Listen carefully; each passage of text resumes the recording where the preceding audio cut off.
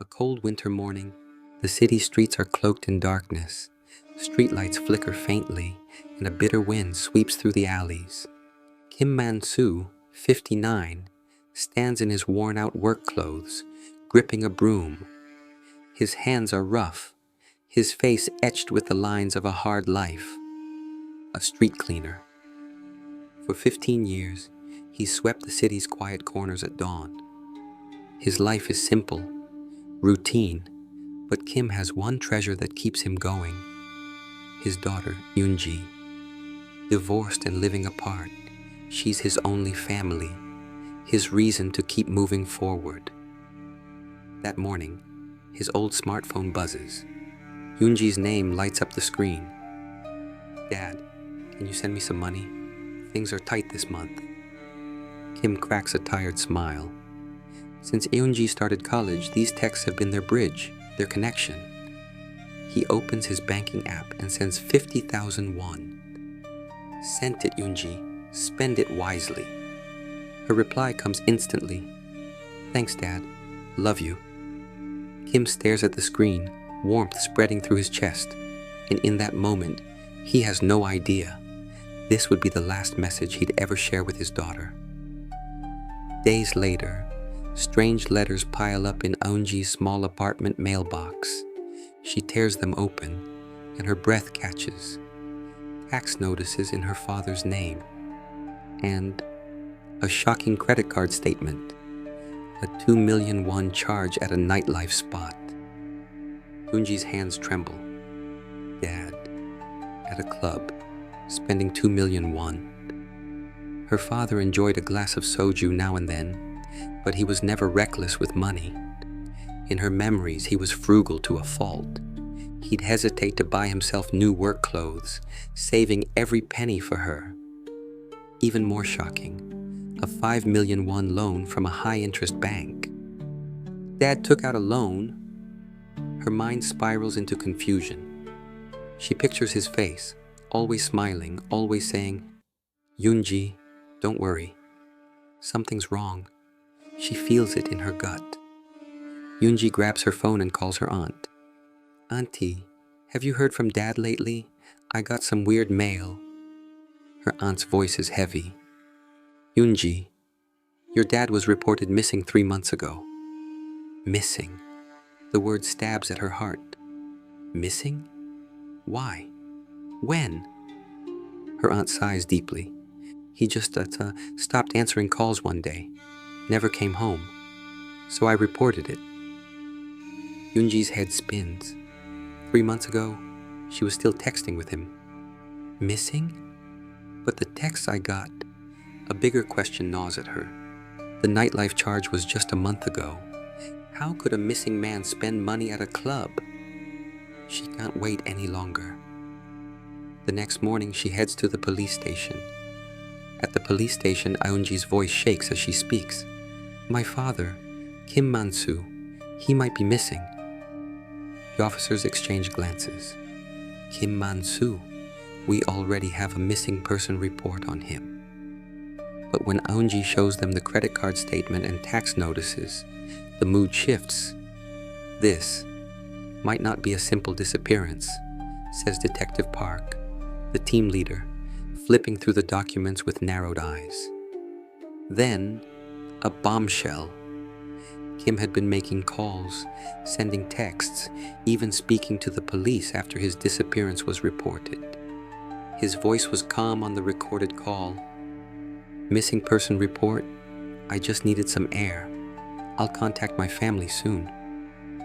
That call had quietly closed the case, but Eun-ji's evidence changes everything. "I can't reach Dad, but someone's using his card." Detective Park leans forward, his instincts kicking in.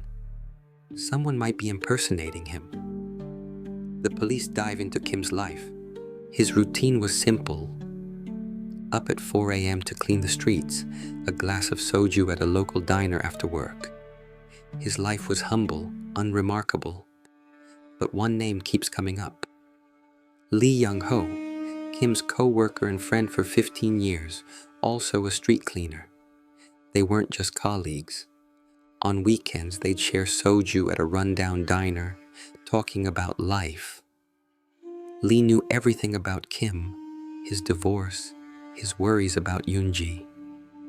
Man-soo's eyes lit up whenever he talked about his daughter, a co-worker recalls. But then, a strange clue surfaces. A package in Kim's name, delivered to Lee's address. Why would Kim send a package to Lee? Detective Park's suspicion grows. They summon Lee to the station. Lee sits in the interrogation room. Late 50s, weathered face, expressionless eyes. He walks in slowly, still in his work clothes. When's the last time you saw Kim Man-soo? Detective Park's question is direct. Lee tilts his head slightly. Saw him a few weeks ago. We grabbed dinner. Haven't seen him since. His voice is calm, but his eyes keep darting to the door. The questions continue. We heard Kim went missing. Did you notice anything off about him? Lee shrugs. Dunno. He seemed the same. Maybe a bit down. That's all. Detective Park locks eyes with him. Lee's hands twitch ever so slightly. The interrogation ends, and Lee stands to leave. Gotta go. Work's waiting. But then, a mistake. He leaves his worn-out bag on the table. Detective Park opens the bag. Inside is a bank book in Kim's name, the same one used to send money to Eun-ji. Why does Lee have this? The police rush to Lee's apartment. The door's locked and he's gone. Inside, the place is a mess. On the desk, forged hospital records and Kim's leave of absence form, faxed to the city office. A call to the hospital confirms Kim never visited. The records are fake, subtly off from the real ones. This was planned. Detective Park's voice hardens. Lee wasn't just involved.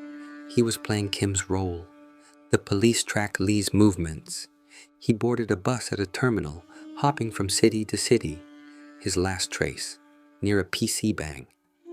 Detective Park splits the team for a stakeout. 11:30 p.m. A cold winter wind howls through the streets. A man matching Lee's description slips into the PC bang. The police follow. Lee Young-ho, we need to talk. It's him. His face is pale, his hands trembling in his pockets. The interrogation room. A flickering fluorescent light casts harsh shadows. The walls are dull gray, the air heavy. Lee Young-ho sits on a creaky chair, head bowed. His hands clenched under the table, dig nails into his palms. On the table, his phone, Kim's bank book, and the forged documents. Detective Park sits across from him, staring intensely. The room is suffocatingly silent, broken only by the clock's ticking and Lee's ragged breathing. Lee Young-ho. Park's voice is cold, cutting. Where is Kim Man-soo? Lee doesn't look up. I don't know. I swear, I don't know. His voice is quiet but forced, trying to sound steady. Park flips through the documents slowly, a faint smile on his lips. Then explain this bank book. Kim's name, found in your bag. Lee's eyes flicker. He grips his hands tighter, knuckles whitening. Man-soo, he asked me to hold on to it. I was gonna give it back. His voice betrays a slight tremor. Park leans forward, locking eyes. Hold on to it. Okay, then tell me this. Who texted Eun-ji after Kim went missing? Who sent her 50,000 won? That was you, wasn't it?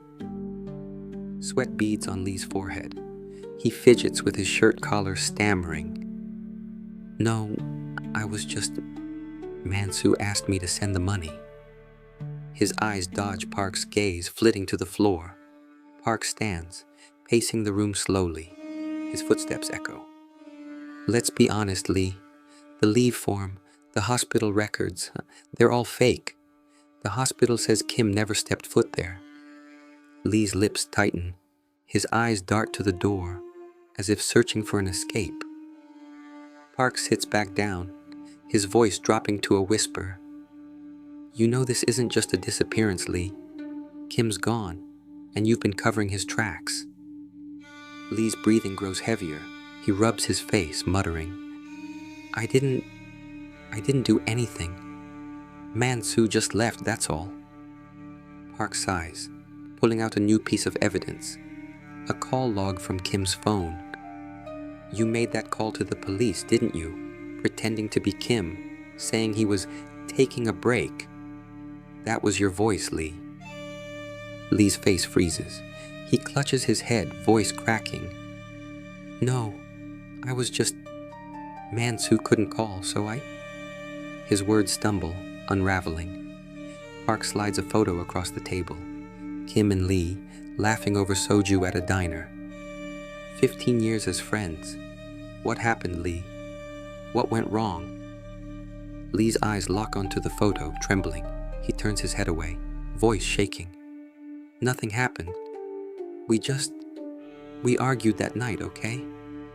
Park's eyes narrow. Argued? About what? What happened at that diner? Lee's hands shake uncontrollably. He grips the table, knuckles white. He slipped, mentioning the argument was his mistake, and now his lies are crumbling. Park seizes the moment. An argument? How far did it go, Lee? What happened that night after you left the diner? Lee bows his head, breathing hard. It was just words. Nothing big. His voice cracks, sweat soaking his shirt. Park slams the table. Lee Young-ho, stop lying. Where's Kim? What did you do with him? The room falls deathly silent. Lee buries his face in his hands, shoulders trembling. I didn't kill him. His cry is desperate, raw, but Park doesn't relent. He leans in, voice low, almost a whisper. We know everything, Lee. The bank book, the texts, the forged documents, and what happened that night at the diner. Lee's eyes widen with fear. He slams his head against the table, a muffled thud. That night, Man-soo said something awful. I just lost it. His voice breaks, words spilling out. Park holds his breath, waiting. Lee rubs his face, muttering, I didn't mean to. I was just so angry. His voice fades to a whisper. The silence stretches. Finally, Lee's shoulders collapse.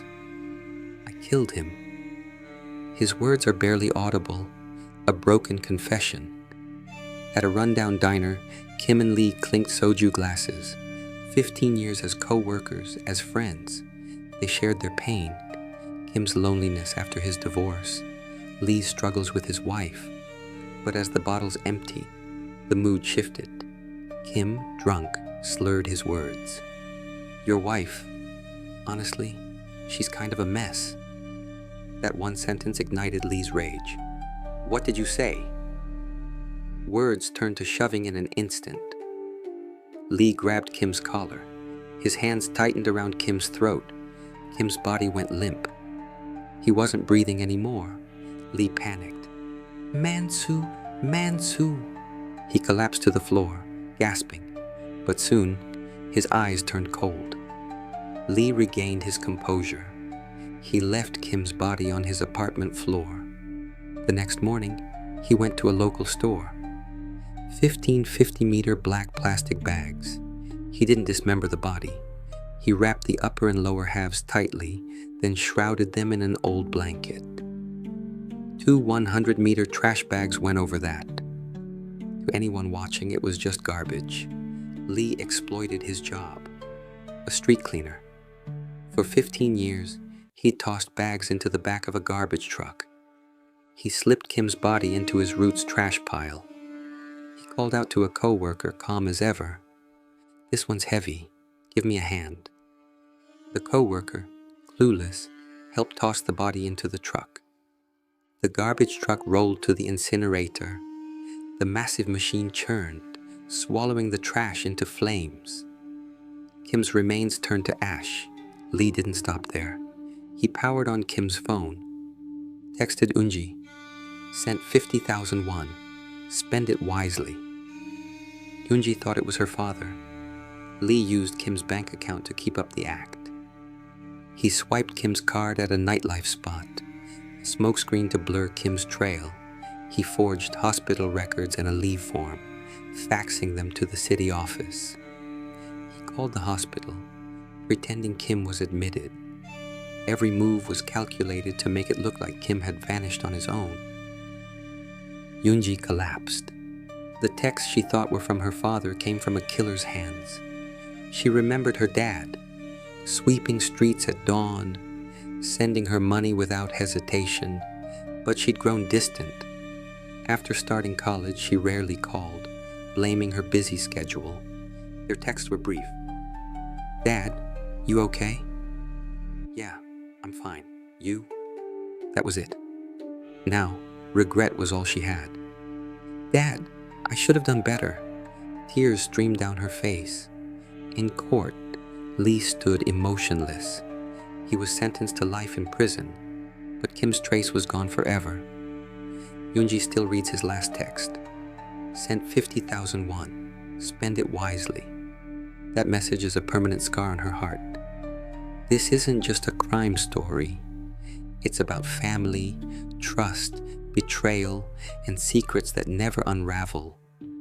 Why did Kim Man-soo meet such a tragic end? How will Eun-ji heal from this wound? How well do we really know the people around us? What did this story make you feel? Share your thoughts in the comments below. Don't forget to like, subscribe, and hit that bell for more. We'll see you in the next video.